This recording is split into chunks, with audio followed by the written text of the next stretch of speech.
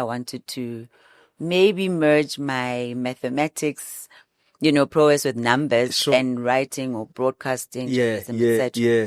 And my father said, no, not with marks like this. Go and be an accountant, and then you can come back to this broadcasting thing. Lender, this thing. Yeah. This hobby of yours.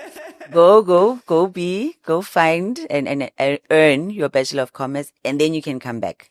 Obviously, that didn't ever happen because life is life. Interesting that you say it didn't ever happen. What is this?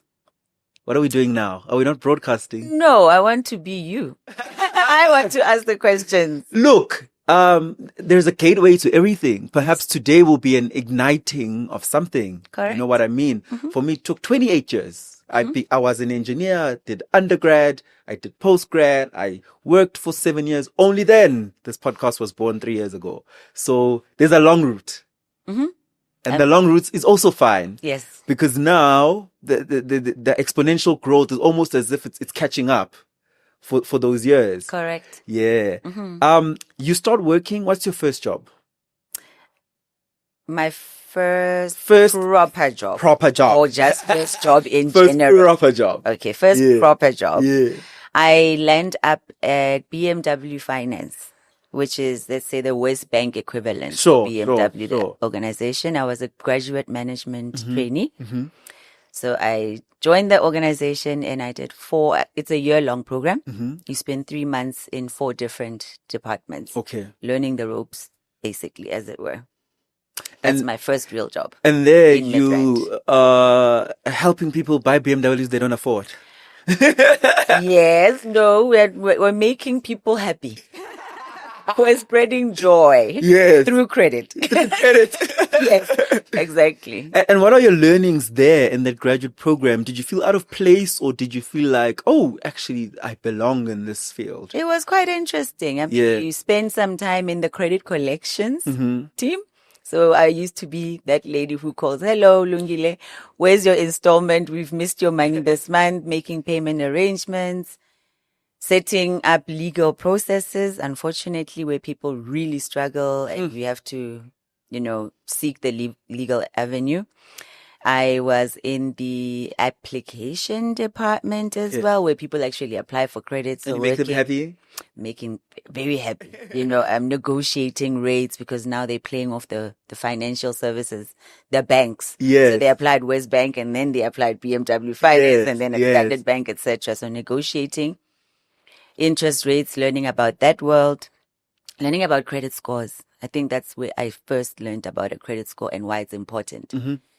And then one of my stints was also in proper, let's say, accounting, which is literally financial accounting. Counting the rands and cents, provisions, accruals, month end, quarter end, year end. That's, let's say, bog standard accounting and treasury. I love that we are able to be practical with the person who's a finance expert. Somebody in this room, I won't mention their name, was asking me about credit scores recently. Okay. And they are going through that process of trying to understand what is a credit score, why should it be good, what is a bad credit score, how does one build a credit score. And I think a lot of young people who consume this content want to understand those differences. Maybe give us a dive into credit scores. Your credit score is your report card that shows lenders, people who give you money. If you want to borrow money, it may be a loan or a bond or a clothing account, which I think are very bad, by the way. We can put a note in that. They're not very bad, but they're not very good for you. They're not one of the best things that you can do to wear credit. Okay. On your body. Yeah. Yes. So you get a report card. It's called a credit score. It basically tells a lender what's the quality of your ability to service debt. Okay. So the higher your score, the better. Okay. Just like your report card in school. Yeah. So a good credit score will open up lines of credit for you. So you can perhaps buy a bigger house or you can buy a more expensive car because basically your credit score, it gives you a profile to say this person, one, will be able to service this debt. to, based on their history with other loans, this is how they have repaid them. So it's a reflection of your ability to service your to behavior with money. Your behavior with money. Yeah, exactly. yeah, So yeah. if you have a missed payment, it affects your credit score, which is what people don't realize. So if you're running tight at the end of the month, it is better to call the bank and inform them to say, look, this month that debit order is going to bounce. Can you not run the debit order, and then maybe I'll pay double next month? Okay. The bounced debit order is one of the worst things that you can do. Really? It doesn't matter, even if it's 50 rand. How bad is it? It's very bad. Okay. Because it affects that pattern I hear and you. that behavior It's with like money. a stamp. Precisely. Your graph is going like this. Then Exactly. So Yeah. even just an odd one here and there, people Yeah. don't realize how badly it can affect your credit score. Sure. Put it this way. If you have a debit order and in a 12-month cycle, you pay the full amount that what was supposed to be paid, but you missed 3 debit order dates. Those are black marks against your credit. So even if you were able to eventually, let's say in a 12-month cycle, you paid off your car, if you paid late, your score is immediately reduced. So your ability to get more debt in another Is aspect now of your life is impacted. impacted. Precisely. Because again, there's one, affordability. Maybe you have the money to pay, but do you pay on time? Do you keep up your end of the deal? Because you have a contract, and in the contract, you said I would pay on the 30th. So if you are now defaulting on that, it speaks to dependability. If I make a practical example, we can see that 100,000 rand comes into your account every month. Yes. But because you pay 17 days late every time, Correct. according to the contract that we agreed upon and that you signed, we can't be giving you a 1 million rand bond house, which you could have which is literally 12,000 rand a month. But because you can't pay, you're not dependable. We can't count on your money. Exactly. And why you need to be dependable? Because the financial system or sector, it works. There are many, many other things related to your paying on time. Sure. You get it? Like everything else. Imagine your own salary. So if you are being paid haphazardly, but your contract says you'll be paid on a certain date, I don't think anybody would like that. To say, you can't then live. I eventually received the money. However, because I was expecting it on this date, I had planned to do X, Y, Z. Sure. So the fact that it eventually hits your bank account, I don't think anybody, and financial services or financial sector works in pretty much the same way. There's a plan for that money. I hear you. So if it doesn't come through, it has a domino effect. And that's what you are being punished for or penalized for. I get that. On the other side, you said you can't be wearing debt. Oh, yes. Clothing accounts. You say they are bad. But I need to show the financial institutions that I'm able to service debt. Here I am, I'm a student, or here I am, I'm a freelance worker, so I don't have these big debts that I can demonstrate my ability to service credit with. How do I then show my ability to service credit? What products should I be taking out? Okay, no, that's a very good example that you make. That's a very good way actually to build up your credit profile with a clothing account. If that is what you are doing, when you start to buy sneakers for 3,000 rand that you don't need, I hear you. And then you don't pay it all off in a certain time of money. Now you are not paying 3,500 rand on your sneakers. Now those sneakers are costing 3,800 or 3,900, depending on how long you take.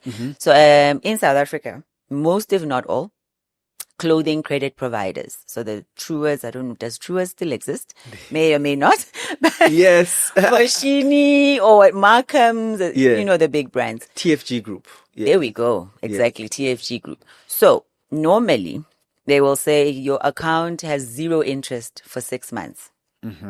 0 interest, meaning if I buy this for 100 rand, as long as I paid off 6 months after I have received it, it's still 100 rand. The moment it goes to 7 months and I haven't finished paying the 100, now this costs more because now interest is applicable. Yeah. So as long as you're able to pay everything off in that 0 interest period.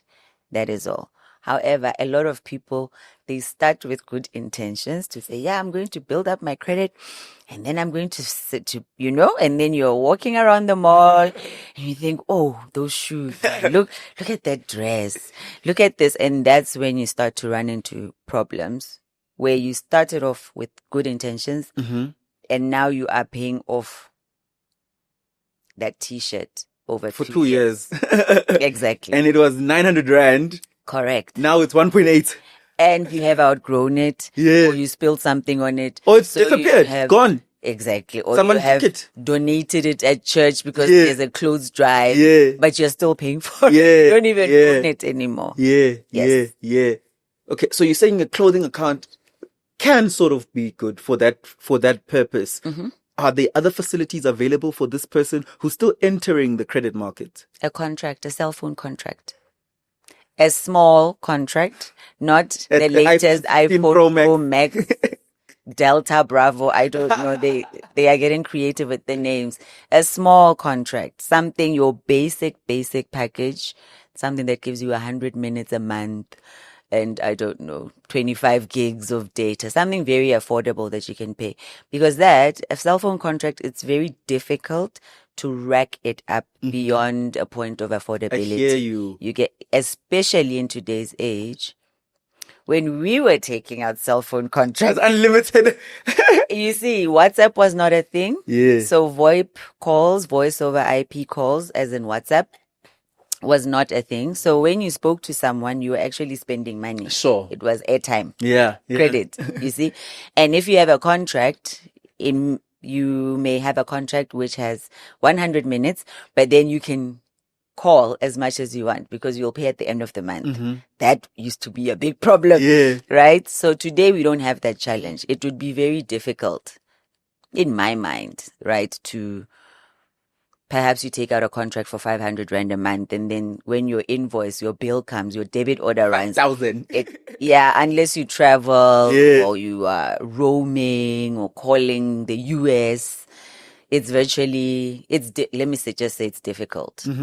So cell phone contract is definitely a very good one. Anything else? Let's think. What else can you get on credit? Tell me what you want to get on credit. So I want to get a car, but banks don't trust me. And my car is 20,000 Rand. Open a small TFG clothing account. Make sure you pay it off in that 0% interest period. You can also open a Woolies one. Follow the same principle. Pay it off before the interest starts to stack up. If you can get a small credit card, small, 2,000. small, teeny tiny. Yeah. All that you need to achieve is to establish that pattern. You need to have some track record of I have debt and on the payment due date, I always pay. You do that for a year, you are even less than a year. Sure. Especially because so many people have gotten themselves into a place where they can't access credit. So the banks are hungry for people who are trying. They can depend on them. So there is a scarcity. It's not very easy to get debt in this day and age, believe it or not. I want to go back to you. You told me before the conversation started that you even worked in Durban. The journey to MasterCard, was it smooth straight into MasterCard, or was it many years of iterations as a black woman trying to prove yourself that you're a great finance professional? MasterCard Foundation. I'll explain the distinction. Okay. The journey was long. I wouldn't say it was difficult, but it wasn't a straight line. Sure. It definitely was a go there, come back, reverse, run, stop, pause, sit down. Wow. Okay, so where do we begin? Even the journey to Durban was not a straight line. It was straightish. So anyway, I determined I get placed full-time permanent role at BMW after my graduate management program. So I successfully complete everything and I get appointed in the finance and treasury team.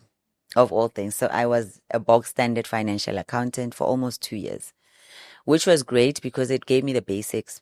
It's very methodical work. It's not up and down every day. It's it's bog standard, let's say basic principles, which was great. But it also showed me that I'm not an accountant, my stint there. So I wanted to leave that traditional accounting stream and go into finance, which is broader.